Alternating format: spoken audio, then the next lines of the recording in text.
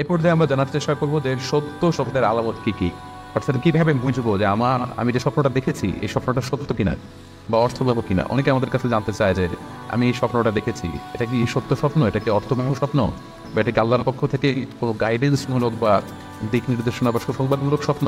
কিভাবে আমরা বুঝতে পারি?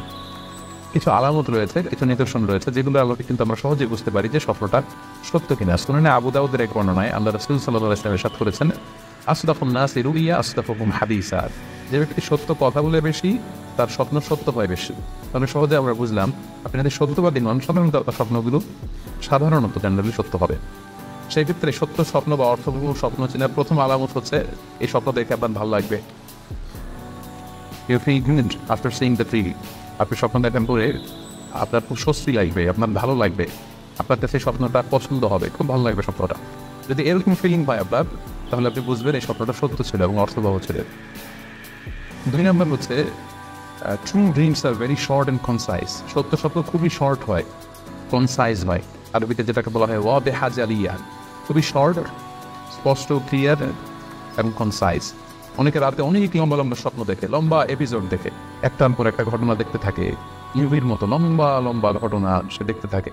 এই জাতীয় লম্বা লম্বা ঘটনা যদি আপনি দেখে থাকেন রাতে, এপিসোড আকারে একটার পর একটা ঘটনা যেটার সাথে কোনো মিল নেই, এই জাতীয় স্বপ্নের সাধারণত কোনো অর্থ হয় না, এগুলো অর্থবহ স্বপ্ন নয়। অর্থবহ স্বপ্ন চেনার 3 নম্বর আলামত বা সাইন হচ্ছে রিপিটেশন।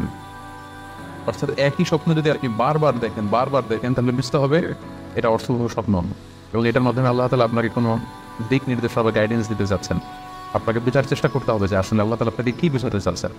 তাহলে 3 নম্বর হচ্ছে রিপিটেশন। বারবার যদি কোনো স্বপ্ন দেখেন এই স্বপ্নটা সত্য হবে এবং অর্থবহ হবে। এটা নট নেসেসারি যে আপনি একাই বারবার দেখেন। একজন মানুষ একটা স্বপ্ন বারবার দেখলে যেমনি অর্থবহ, পাশাপাশি একই স্বপ্ন যদি অনেকে দেখে তাহলে সেই স্বপ্নটাও অর্থবহ। অর্থাৎ আপনি একটা স্বপ্ন প্রায় দিন দেখেন, তাহলে বোঝা যাচ্ছে এটা অর্থবহ স্বপ্ন। অথবা একটা স্বপ্ন অনেক কিন্তু একসাথে দেখেছেন, তারপরের দিন একে অপরের সাথে শেয়ার করে বোঝান গেল যে সবাই একই স্বপ্ন দেখেছে, তাহলে বোঝা যাবে এটা সাধারণ স্বপ্ন নয়, এটা অর্থবহ স্বপ্ন, মিনিংফুল স্বপ্ন।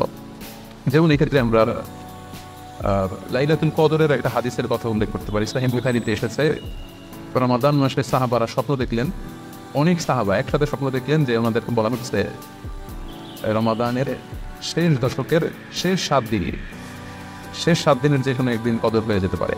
ওনারা সবাই এসে সাহাবা রিদওয়ানুল্লাহি তাআলা আলাইহিম আজমাইন আল্লাহ রাসূল সাল্লাল্লাহু আলাইহি ওয়াসাল্লামের কাছে বললেন, ইয়া রাসূলুল্লাহ, আমি স্বপ্নে দেখেছি যে বলা হচ্ছে কদরের জন্য রমজানের শেষ 7 দিনকে তালাশ করতে। আরেকজন এসে একই কথা বলল যে ইয়া রাসূলুল্লাহ, আমি দেখেছি রমজানের শেষ 7 দিনে কদর হতে পারে। তো এরকম অনেক সাহাবা যখন আল্লাহ রাসূল সাল্লাল্লাহু আলাইহি ওয়াসাল্লামের কাছে সেই ঘটনা বলল, তখন আল্লাহ রাসূল সাল্লাল্লাহু আলাইহি ওয়াসাল্লাম বললেন, আরা রুইয়াকুম কদ তাওয়াতাআত ফিস সাবঈল আওয়াখির, যে আমি দেখতে পেলাম যে তোমাদের স্বপ্নটা রমজানের শেষ 7 দিনের ব্যাপারে ঐকমত্য হয়েছে। একই ধরনের স্বপ্ন তোমরা সবাই দেখেছো, তাই তোমরা রমজানের শেষ দশকের শেষের 7 দিনে কদর তালাশ করো। রমজানের শেষ দশকের শেষ 7 দিনে কদর হয়ে যাওয়ার সম্ভাবনা বেশি।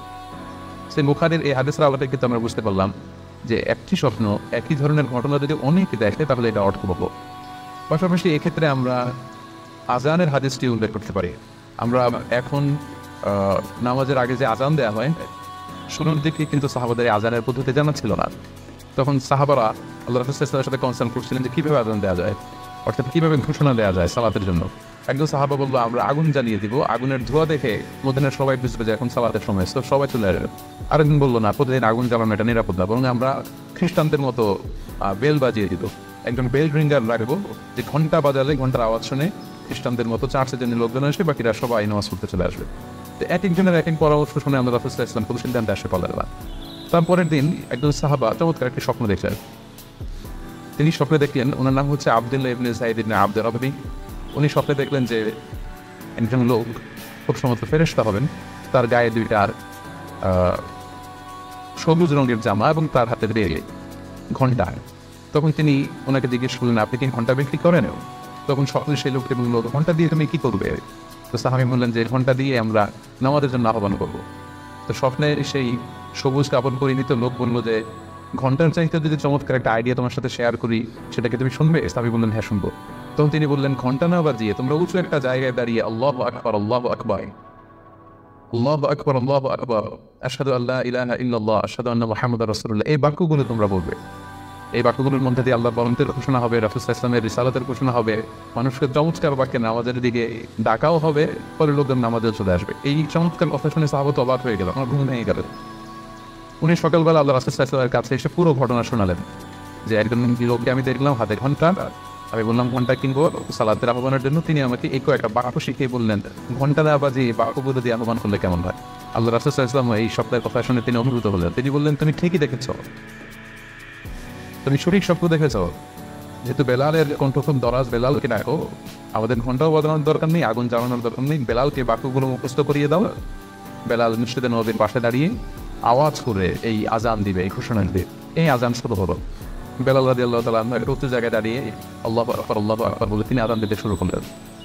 এই বাক্যগুলো শুনে সাইয়েদনা ওমর ফারুক দৌড়াতে দৌড়াতে আল্লাহ রাসূল সাল্লাল্লাহু আলাইহি ওয়াসাল্লামের কাছে আসলেন। এসে বললেন, ইয়া রাসূলুল্লাহ, বেলাল এই বাক্যগুলি কোত্থেকে শিখেছে? গত রাতে তো আমি দেখেছি যে আমাকে একজন লোক বলেছে যে তোমরা এই বাক্যগুলোকে ব্যবহার করে লোকজনকে সালাতের জন্য আহ্বান করো। আল্লাহ রাসূল সাল্লাল্লাহু আলাইহি ওয়াসাল্লাম শুনে অবাক হলেন। অর্থাৎ ওই সাহাবী ঠিক যেমন স্বপ্ন দেখেছেন, ইসলামের দ্বিতীয় খলিফা সাইয়েদনা ওমর ফারুক রাদিয়াল্লাহু তাআলা আনহু উনিও একই স্বপ্ন দেখেছেন। তার মানে একই স্বপ্ন যদি একাধিক লোকজন দেখে থাকে সেটা যেমনি অর্থবহ, আবার আপনি একাও যদি একই স্বপ্ন বারবার দেখেন সেটাও অর্থবহ। আমরা আজান যে কিভাবে ইন্ট্রোডিউস হলো মুসলিম কমিউনিটির মধ্যে, এই হাদিসের আলোকে বুঝতে পারি যে কোনো স্বপ্ন আপনি বারবার দেখলে বা অনেকে একই স্বপ্ন দেখলে সেই স্বপ্নটা অর্থবহ হবে। অর্থবহ স্বপ্ন দেখার 4 নম্বর সাইন হচ্ছে শেষ রাতের স্বপ্ন সাধারণত অর্থবহ হয়, অর্থাৎ লাস্ট 1/3 অফ দ্য নাইট। রাতের শেষ অংশে যদি আপনি ফজরের আগ দিয়ে যে স্বপ্নটা মানুষ দেখে, সাধারণত এই স্বপ্নটা অর্থবহ হয়, এটা সত্য স্বপ্ন হয়। কারণ এই টাইমে আল্লাহ তাআলা প্রথম আকাশে নেমে আসেন বা মনোনিবেশ করেন এবং তার কাছে থাকেন কার রিজিকের দরকার আমি রিজিক দেবো, কার অর্থের দরকার আমি অর্থ এর ব্যবস্থা করে দেবো, কার কি দরকার আমার কাছে যা অসুস্থ আমি তাদেরকে সুস্থ করে দেবো। সো ওই টাইমে আল্লাহ তাআলার বিশেষ একটা রহমত পৃথিবীতে নেমে আসে, ফলে শেষ রাতে স্বপ্ন সাধারণত অর্থবহ স্বপ্ন হয়। পাশাপাশি হাদিসে এসেছে যে কিয়ামতের আগ দিয়ে মুমিনরা যে স্বপ্নগুলো দেখবে এই স্বপ্নগুলো সাধারণত অর্থবহ হবে। অর্থাৎ কিয়ামতের একেবারে আগ মুহূর্তে যখন মুসলমানরা খুব স্ট্রাগল করবে, মুসলমানদের যখন খুব বিপদে থাকবে, তখন মুসলমানদের যে স্বপ্নগুলো তারা রাতের বেলা দেখবে এগুলো মিথ্যা হবে না, বেশিরভাগ স্বপ্নই সত্যতা হবে, অর্থবহ হবে। যেটা আমরা সহিহ বুখারীর হাদিস থেকে জানতে পারি, যেখানে আল্লাহ রাসূল সাল্লাল্লাহু আলাইহি ওয়াসাল্লাম ইরশাদ করেছেন, ইযা ইফতারাবা যামানু লাম তাকাদ রুইয়াল মুমিনি তাকদি। অর্থাৎ কিয়ামতের সময় যত ঘনিয়ে আসবে, কাছাকাছি আসবে, মুমিন বা বিশ্বাসীদের স্বপ্ন ঠিক তত সঠিক হতে থাকবে। মুমিনদের তখনকার স্বপ্ন বেশিরভাগই সত্য হবে, সেটা মিথ্যা হবে না। তাহলে এই হাদিস থেকে আমরা জানলাম কিয়ামতের আগে দিয়ে মুমিনরা যে স্বপ্ন দেখবে এগুলো সত্য হবে, অর্থবহ।